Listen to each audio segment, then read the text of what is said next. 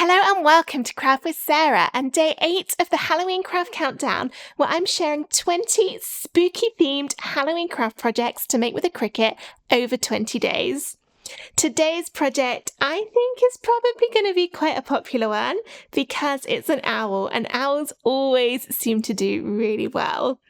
I have a selection of different owl designs already, either for free on my website or in my shop, but I didn't have a spooky little gothic owl looking like it's flying through a forest late at night on a crisp October evening. So here it is. There's lots and lots in here to give it loads of detail, and just look at his face. It's really nice with how all the layers build up to make it look super realistic. Let's find out where to get the file for this Halloween owl and then how to make the project. Let's get started.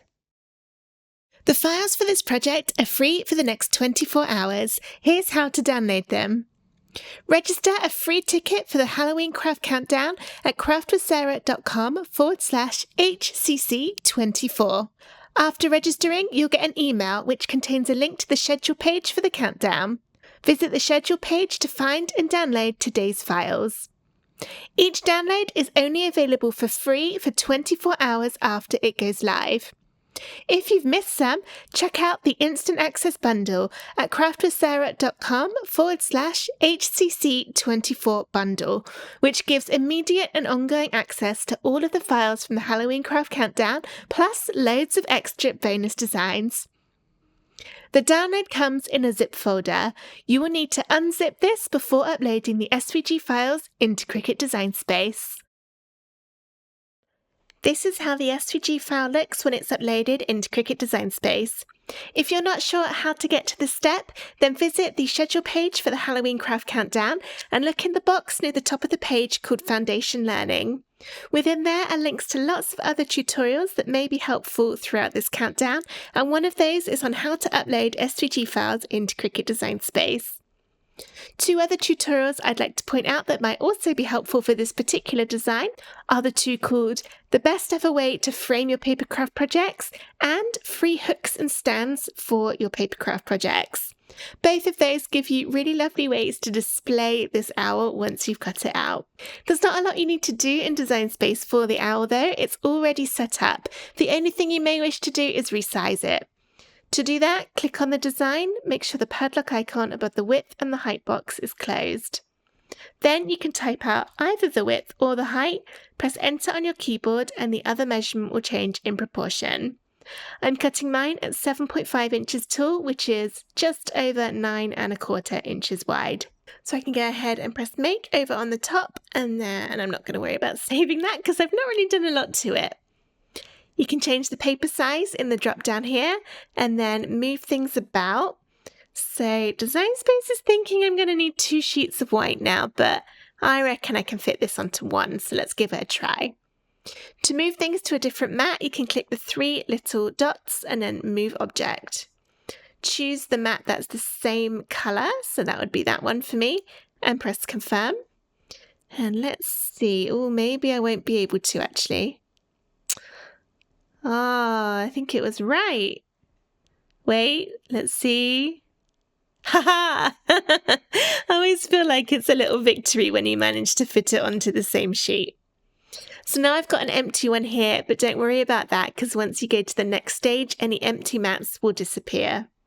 When you are moving things about, make sure nothing overlaps, otherwise it won't cut out properly. When you're happy with all of your different sheets and how they're looking, press continue to connect to your Cricut machine and then follow the on-screen instructions to get everything cut out from cardstock. Here are all the pieces of my owl cut out and I've laid them one on top of the other to check that I'm happy with all the colours and I haven't missed anything out. We'll be starting at the bottom and working our way upwards, but first let's have a look at what we're going to need. I'll be using Bearly Art Glue, but I also like Collall. Both of these glues are great because they don't bend or wrinkle the cardstock like some other glues can do. And then we'll also need some foam squares to add dimension. These are the ones I'm using, which are quite small, but if yours are bigger, you can cut them smaller with scissors if you need to. Okay, so let's move these apart. Trying to keep them in some vague order, seeing as you've already gone to the effort of putting this in place. I'm keeping these kind of in the right place until we end up with the very two bottom layers, which are, if I can pick it up, these two. So we've got the black at the back and then this one on top. And this one will be stuck on with some foam squares. I'll turn it over and start adding my foam. Smaller foam squares are great for this because hopefully it means they'll fit around the edge of the circular bits around the top. If yours are too big and they're in danger of going over the edge, then cut them smaller with scissors, otherwise you'll be able to see your foam when the finished owl is made, which we don't want. And as well as going around all the edges, you'll also want to put some in these middle sections so that it's got a nice firm base to hold this piece of cardstock flat. If you didn't put any in the middle, you might find that it kind of bends downwards a little bit in the middle and you won't get as effective a 3D look to your owl.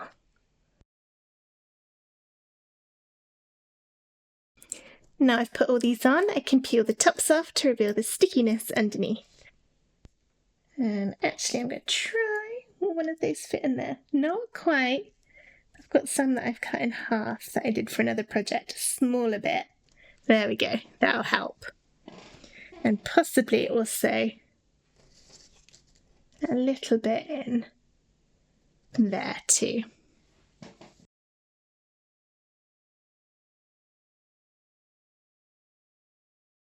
Right, now all those are nice and sticky, I can bring the base in. Line this up using the edges of the wings and then gently drop it down. And the reason for the gentle drop is that if you're not quite happy with the positioning, it hasn't actually stuck yet, it's just gently placed on top. I've missed that wing, so I need to reposition. So you can see I can peel this off again really easily. It's not damaged any of the cardstock. All my little foam squares are still sticky. And try again. That's a little better. Push down to stick when you're happy. And then the next layer is this other green one, and this one will be glued, so it's a little easier.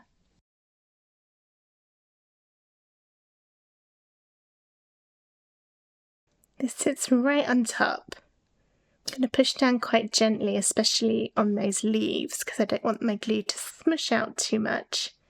It has a little bit, but that's okay. And it does dry clear, so if a little bit is visible, that's okay. Next, we've got the black outline to go on top to finish off the background, and this is another glue layer.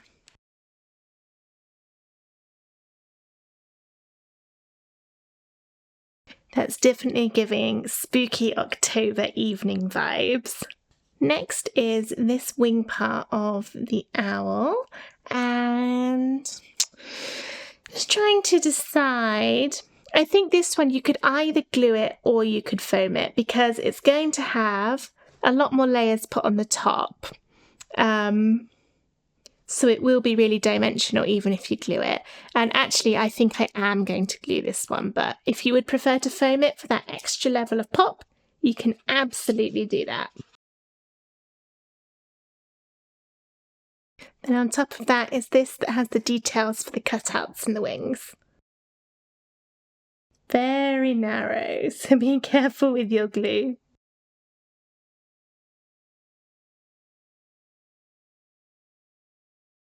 Okay, now we'll move on to the next layers, which is this white one, and this is a foam square layer.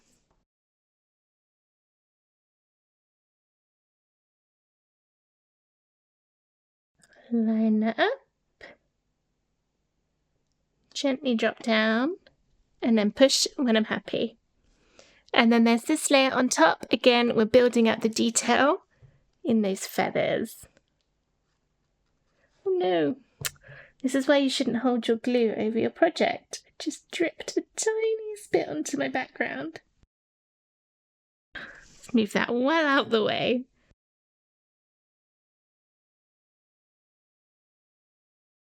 Next is this blue bit to go on top, which will be glued.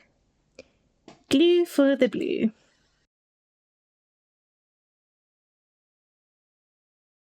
Next, we're moving on to the claws. So take your brown piece, which is the one that will sit at the bottom. This is making up the little claws. And then you've got a little yellow bit to go on the bottom. So I turn this over upside down. Add some glue around the gaps in the claws. And then take the yellow piece, just this little one, turn it upside down and stick it to the back. Like that, and then when that's done, we'll put some foam squares on, ready to attach it to our main paper craft.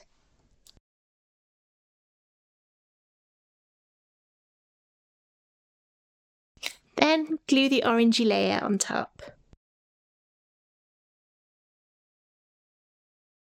I love how the claws just magically appear once this orange bit goes on, and you can see the little cutouts at the bottom. Next, we've got the body of the owl, which is this light blue piece. This will be glued. We're going to glue all these body pieces because we've already gone up a level when we added that brown for the claws. So this is already nicely raised up against the other wing pieces. Then on top of there is this one with the feathery pattern.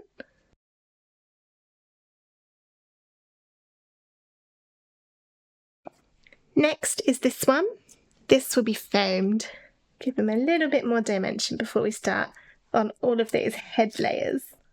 I guess this technically is a head layer too. There's that one.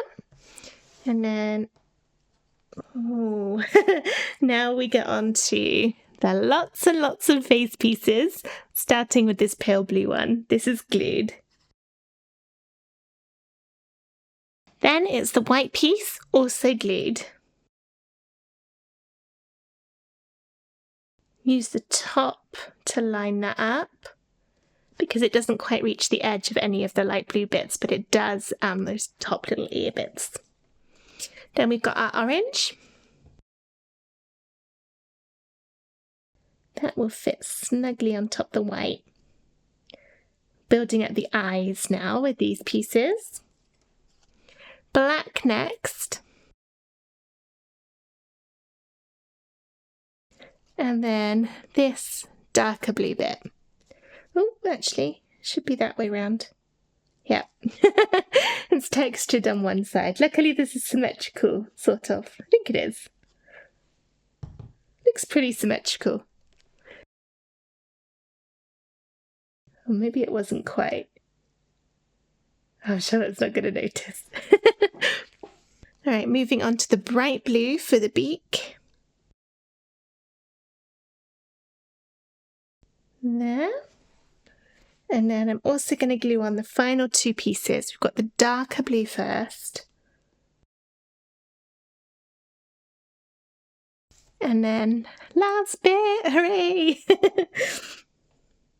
Definitely a lot to this, but it's absolutely needed for all of that wonderful detail. So this bit you can line up where it touches the beak. And there we go. So here's the owl. If I turn it around, just look at all that dimension, especially here where you've got the face.